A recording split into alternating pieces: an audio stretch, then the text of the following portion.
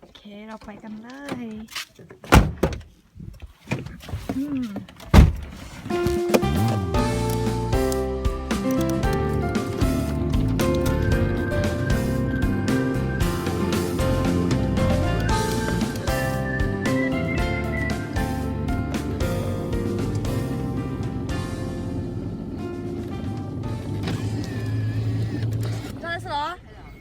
Sarà poco do. Leia.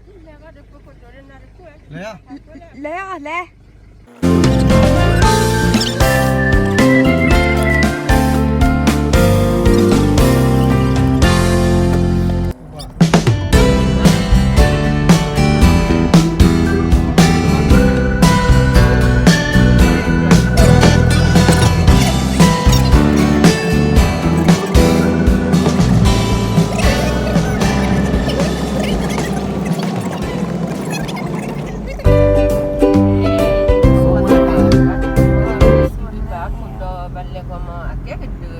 Dulu kan apa mana ni? Lep lot ada sekali.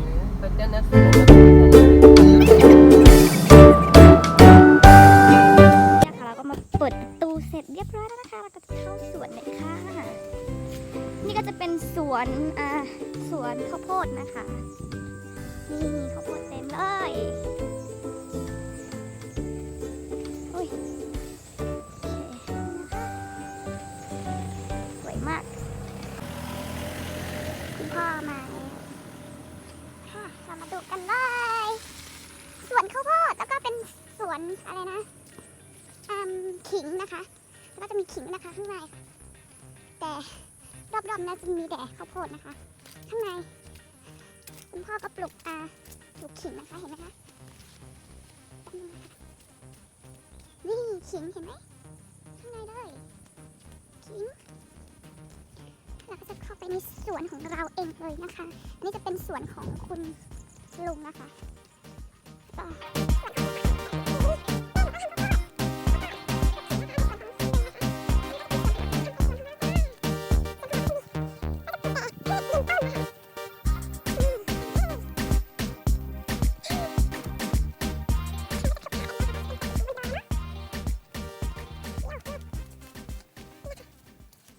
ค่อยๆเดินนะคะอันนี้ก็จะเป็นผลไม้ชนิดหนึ่งนะคะหนูไม่รู้ว่ามันชื่ออะไรแต่มันจะเหมือนถั่วนะคะถั่วมันก็จะแบบมันๆเขาน่าจะเป็นพวกแบบไม่รู้อะเนี่ยข้างในว่าจะเป็นแบบนี้ค่ะข้างในว่าจะเป็นแบบนี้นะคะใครเคยเห็นบ้างเคยกินบ้างคะนี่ทำไมไม่ชัดอะอุ๊บไม่ชัดอะนี่แบบนี้นะคะนี่หล่นเต็มเลยนี่ใครเก็บด้วยนะนี่ก็จะเป็นต้นมะคาเดเมียไม่รู้เรียกไม่ถูกเลยนี่ก็จะเป็นกระท่อมของเรานะคะมันก็จะรกๆนะไอ้พวกนั้นก็จะเป็นพวกปุ๋ยหญ้าอะไรพวกนี้ค่ะนี่นะคะนี่ก็มีต้นมะคาเดเมียค่ะแล้วก็อันนี้อะไรนะไม่รู้อะเตาลัดจะมีพริกมีห้องน้ำด้วยนะคะก็มีบ่อน้ำแล้วก็เราก็จะมีมีแก้วมังกรด้วยเห็นไหมสุกก็ได้เรามีมะกอกนะคะมะกอกกรอบๆเลยนะคะนี่เหมาะกับคนชอบกินเปรี้ยวกรอบๆนี่นะคะอร่อยมากกินกับพริกเกลือนะคะอันนี้ก็จะเป็นมะคาเดเมียเห็นไหมคะมันก็จะหล่นหมดแล้วนะคะไม่ค่อยเหลือเท่าไหร่ละมันก็หล่นหมดแล้วเราจะมาดูกันว่าอันนี้ต้นอะไรไม่รู้อะมันต้นมะพร้าวแต่ไม่ใช่นะแต่ไม่ใช่อะค่ะเรามาเริ่มทำงานกันเลยค่ะทุกคนก่อนอื่นนะคะต้องไปใส่รองเท้าบูทก่อนนะคะผ้าลายก่อนนะคะนี่เราใส่รองเท้าแบบนี้ไม่ผ่านนะคะต้องมาเอาไปรถคุณพ่อกันนะคะเอามีหรือเปล่าโอ้ยมีนะคะนี่เราต้องใส่รองเท้าแบบนี้แล้วก็ถุงเท้ามีไหนนะถุงเท้าพระเจ้ามีไหนถุงเท้ามีไหนเอาถุงเท้าพระเจ้าไปนี่ใส่คู่นี้นะคะปิดประตู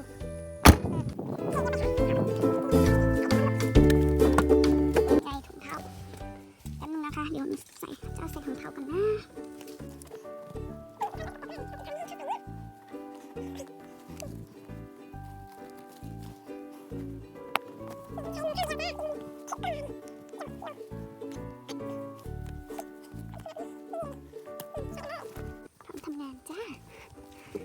ลูกชาวสวนนะคะ ต้องทำได้ทุกอย่างค่ะ นี่ค่ะขิงแบบนี้นะคะอันนี้ที่เราทิ้งค่ะก็มีเยอะอยู่นะคะทิ้งไปเยอะมากมาเราไปกันเลย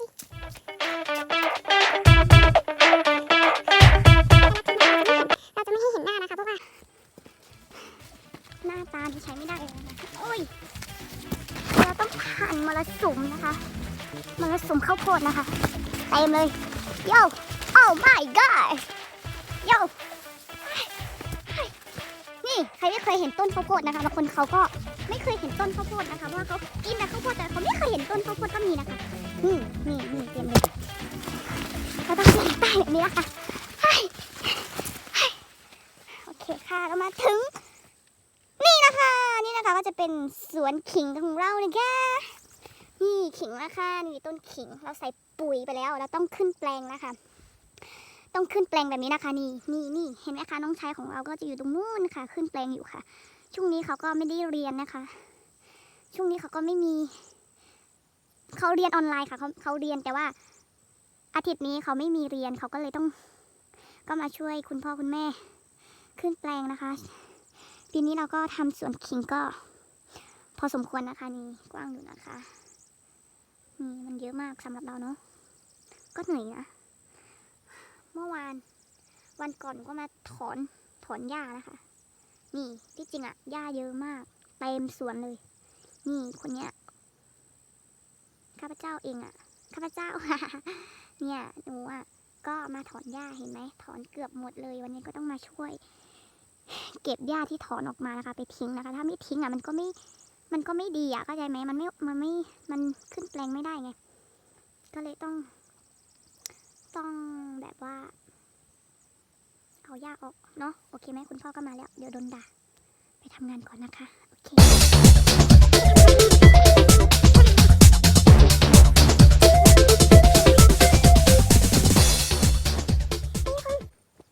เห็นไหมกล้วยด่างกี่ล้านจ้ะรอเล่นกล้วยด่างนะจริงๆนี่วิธีขึ้นแปลงนะคะจะขึ้นแบบนี้นะคะไหนลองทำให้ดูหน่อยสิใช่ค่ะแบบนั้นนะคะแบบนั้นเลยทำอีกแบบนั้นนะคะมีคนแอบหัวร้อนนะคะโอเคค่ะแค่นี้ก่อนนะคะมาเอาตะกร้ามาเรามาเอาสกวอกันนะคะสกวอใครรู้จักสกวอไหมสกวอเขาเรียกสกวอนะคะสกวอมันเป็นเหมือนตะกร้าหรือว่าไม่รู้เขาเรียกว่าอะไรก็ไม่รู้ภาษาไทยไม่ค่อยคล่องเลยค่ะโอ้ยนี่นะคะต้องไปเก็บหญ้าที่ถอนไว้นะคะเนี่ยเช่นแบบนี้นะคะนี่หน้าที่ข้าพเจ้าก็จะเป็นแบบนี้นะคะโอ้ยนี่ก็ยังไม่ถอนเลยนี่ค่ะใส่สกอนะคะแล้วก็เอาไปทิ้งค่ะถ้าเผลอเก็บไว้แบบนี้นะคะมันก็จะรากมันก็ยังลงไปแล้วมันก็เป็นขึ้นมาอีกรอบ ใช้คำถูกหรือเปล่าเนี่ยนี่ค่ะหน้าที่หนูหน้าที่เรานะคะเราต้องพูดเบาๆนะคะเดี๋ยวพ่อได้ยินเดี๋ยวเขาหาว่าเราไม่ทำงานนะคะนี่เราก็ทำงานแล้วเราขยันมากเลยนี่เก็บคนเดียวเลยนะนี่ของเราเขาถอนไว้แล้วใช่ไหมแล้วเขาเก็บแล้วก็ใส่ตะกร้าแบบนี้นะคะแล้วก็เอาไปทิ้งข้างนอกค่ะนี่เต็มเลยโอเคทุกคนขอเก็บก่อนนะคะ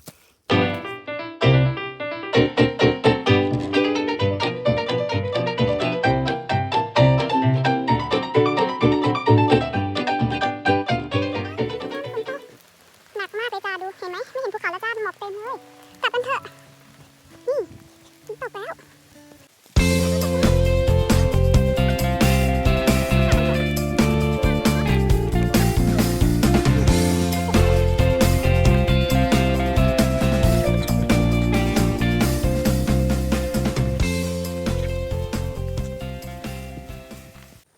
ค่ะวันนี้นะคะก็เที่ยงแล้วนะคะแล้วก็มีเห็ดค่ะเห็ดอะไรไม่รู้เห็ดขาวหรือเปล่าวันนี้นะคะเราจะทำเห็ดกันนะคะโอเคเรามาเริ่มกันเลยค่ะวันนี้เราก็ตั้งหม้อเรียบร้อยอันนี้เราอยู่ในสวนน้ำจะแบบเละเทะนิดนึงนะโอเคค่ะเราจะใส่น้ำนะคะน้ำเรามาจากบ้านเลยนะคะใส่ในขวดแฟนต้าโอ้ยมันเปิดนี่คือว่าเราทำเห็ดนะคะต้องใส่นิดเดียวแต่น้ำไม่ใช่เยอะโอเคค่ะหม้อก็จะเลอะเทอะหน่อยนะคะดูสิคะมันเป็นนะคะมันเป็นผงของฝุ่นอะขี้เถ้าเนี่ยค่ะเราก็จะรอให้มันเดือด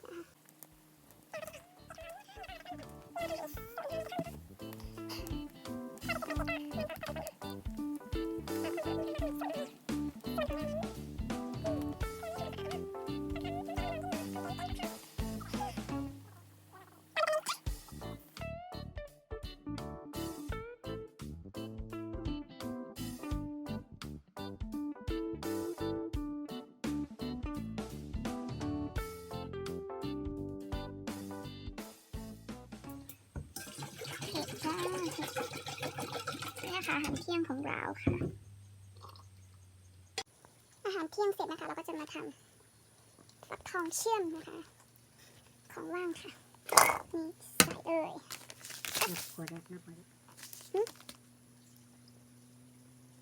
เดี๋ยวเชิญได้เกี่ยวกับหมดแล้วก็เราก็ใส่อันนี้นะคะ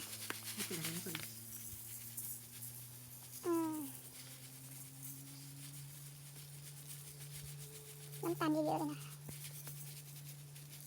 พอแล้วเนาะ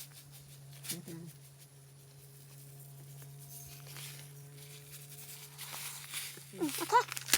พอแล้วเราก็ฝานะคะแล้วก็รอกินโอเคค่ะสุกแล้วนะคะเราก็จะเปิดอุ้ยว้าวน่ากินมากถ้าจะอร่อยมากนี่นะคะเชื่อมฟักทองดูสิหวานฉ่ำอร่อยค่ะอร่อยนี่นะคะอะโวคาโดปีเตอร์สันนะคะพันธุ์ปีเตอร์สันนะคะก็จะลองมาหั่นดูนะว่าข้างในมันจะเป็นยังไงบ้างอิ่มฉ่ำมากค่ะนี่ประมาณมากนะคะสุดยอดแห่งอะโวคาโดนะคะดูสิเนื้อแน่นเต็มเลยโอเคค่ะวันนี้นะคะเราทำงานเสร็จแล้วนะคะเราจะกลับบ้านกันเลยค่ะ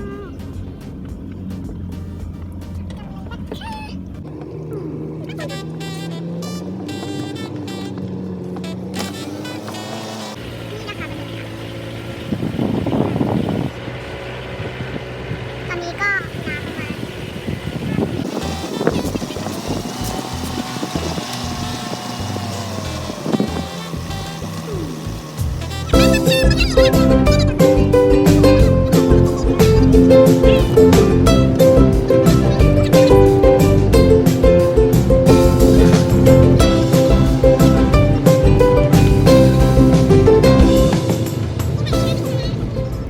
นี่นะคะฝนตกค่ะ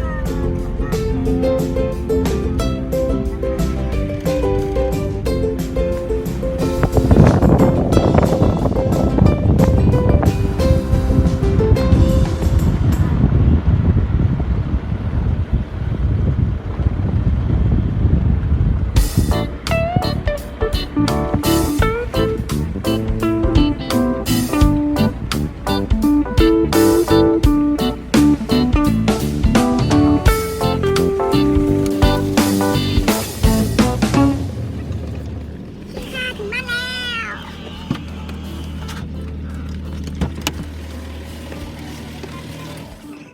โอเคค่ะถึงบ้านแล้วนะคะขอบคุณที่รับชมนะคะงั้นเจอกันคลิปหน้าค่ะขอบคุณค่ะ